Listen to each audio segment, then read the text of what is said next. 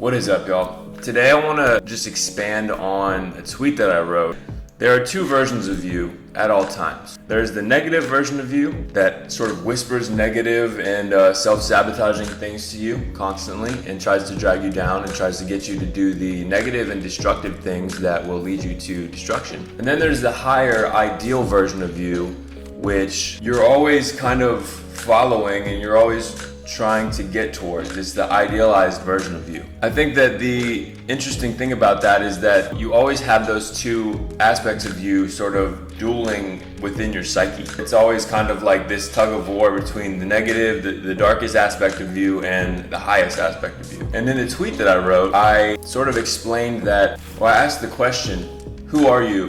Who are you even? Here's the thing, you're not your actions, because you can take action and you can fail, and you don't have to identify as that failure. Like you can fail like 1,000,000 times, 1,000 times, and then you could just succeed one time and then be a success. But you don't have to identify as that failure, because if you just keep failing and then eventually you get successful, you could just as easily identify as a successful person. Conversely, you could actually be really successful and then you could end up not identifying as a successful person, like deep down inside. If you're not your actions, right?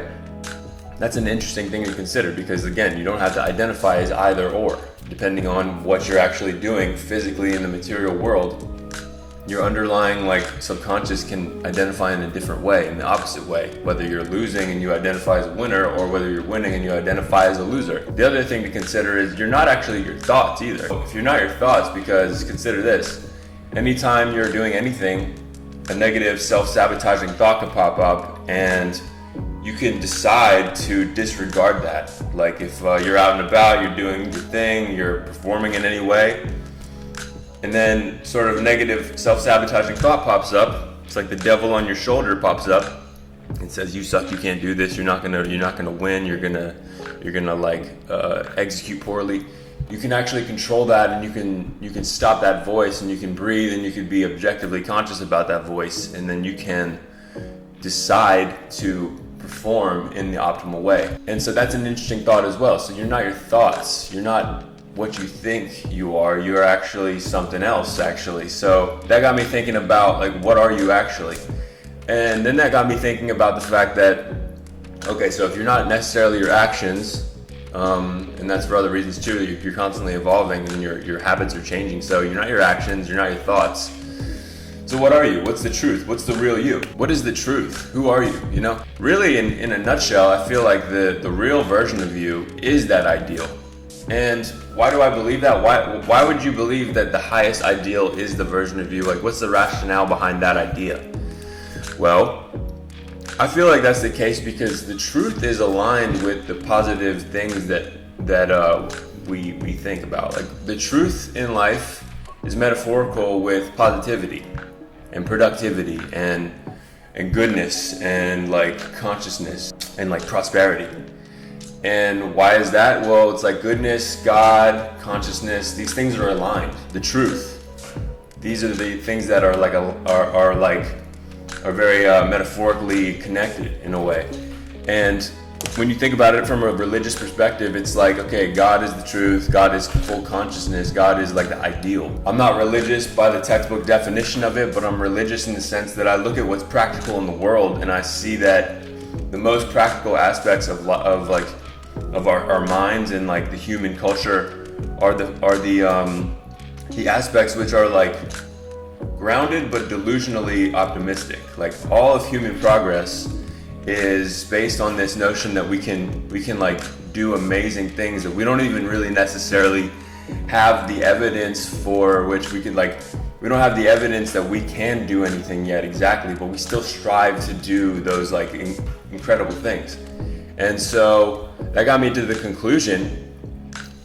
conclusion that the real version of you, the truest version of any person, is the highest, most idealized version of them. People can argue that, okay, no, this person's just a loser, this person is just a degenerate.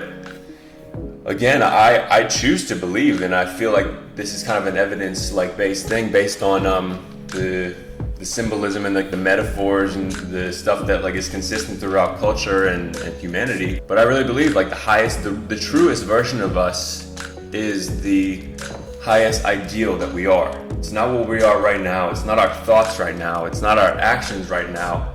It's like this beacon version of us that is just always like a guide to our present, state of being. So it's like, that's a very inspiring thing to keep in mind, that who you are right now, what you're doing right now is not even really you, but the real you and the truest version of you is that like perfectly constructed future version of you that you can actually draw from and get guidance from and like listen to as if it's like your like ultimate father or like your brother, like a mentor that is the ideal mentor for you, if they were to exist. And it's just such an interesting thing that like we all have that beacon version of us inside us that's telling us to do certain things in order to achieve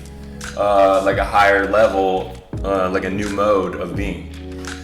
And it is also just very interesting when you just separate those two aspects of you clearly, and you think about them as like, okay, this is evil, this is goodness, this is virtue, this is high values, this is high standards, this is good habits, this is like the truth. This is the truth. God is the truth, and God is that thing that we can use as a standard for what we want to be.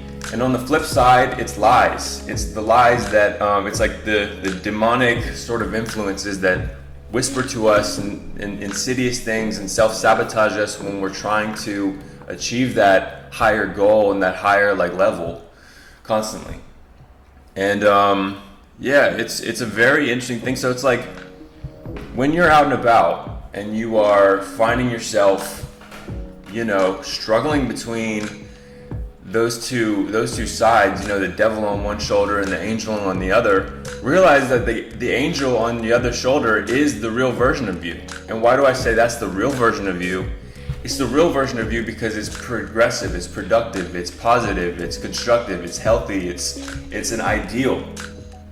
The truth is real because it's the ideal, and it's like positive and it's constructive. This is a religious theme, and it goes in line with the whole like concept of like also the devil being a liar. Like the devil is a liar. And again, I'm not like religious, I'm not espousing religion, but I've always thought about religion as a very interesting and like obvious and practical tool for all of us to strive towards the truth and consciousness and better things. And in that regard, I'm like highly religious. I believe in the reality that the true version of you is, again, it's not the negative version of you, not the dark, self-sabotaging version of you, and it's not the present version of you either, who is just this sort of like intermediate state.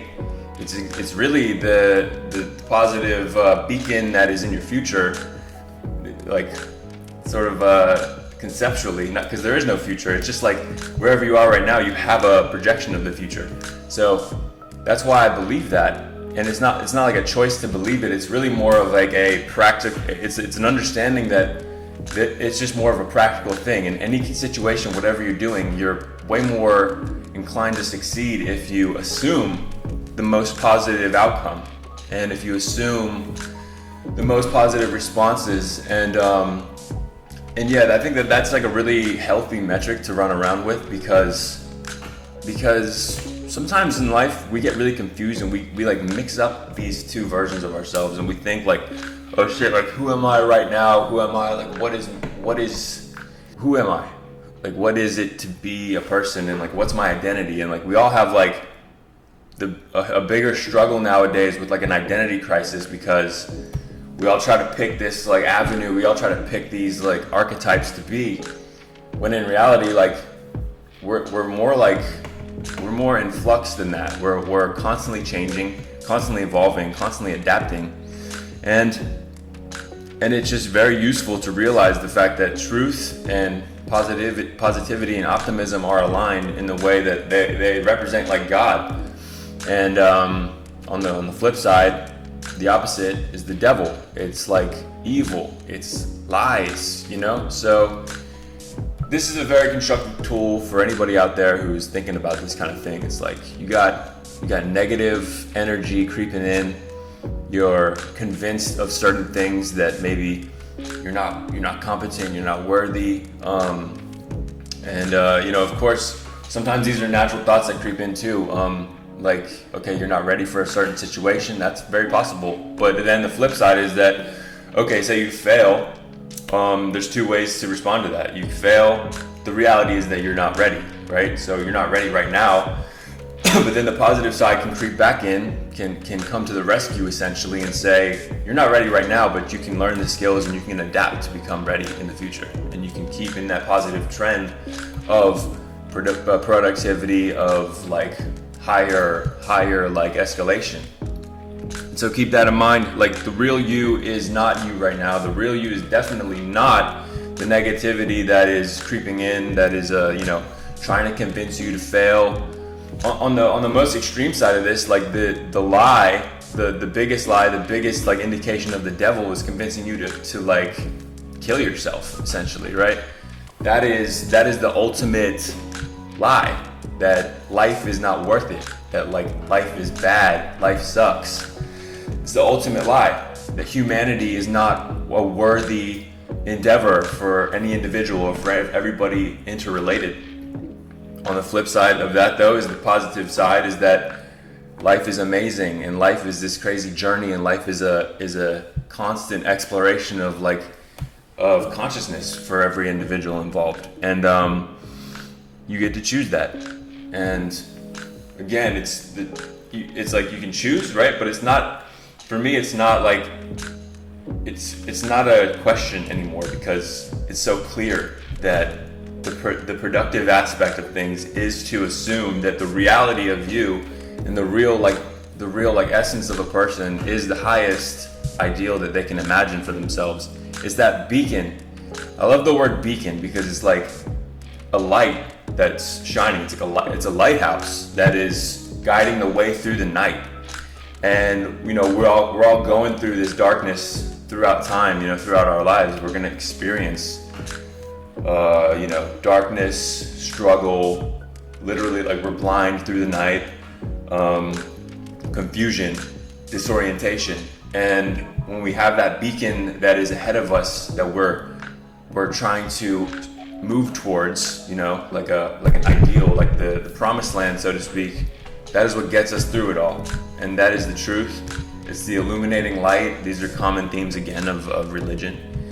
And I highly suggest that everyone assumes that that's the real version. That's the realest version of themselves, because it's, again, aligned with the truth, metaphorically aligned with God, whatever God you want to choose, whatever you prefer. I think they're pretty much all the same when we're talking about the best religions out there, or the most practical and effective religions out there. And yeah, you can keep this in mind for all the metrics, as a metric for everything you do and every situation you find yourself in, because it's more useful than the alternative to think that this fucked up negative side of you is you. It's just not you. It's a lie. It's literally a lie. It's a lie because it's negative. That's the thing. It's a lie because it's destructive. Keep that in mind. The things you want to achieve in life are like, whatever, but just keep in mind that the things that are destructive are misinformation, and there's no objective reality in them. I mean, even if you're objectively like not succeeding, you don't have to listen to those ideas. You can just say, okay, I'm not succeeding, but there's still this, and there's still this hope and this faith that I can run on and that I can strive towards. So those are just my thoughts expanded on that tweet that I wrote yesterday. So I hope that helps anybody who is out there fighting the good fight and making stuff happen in their life and moving towards positivity and productivity and success. So that's all for now. Peace.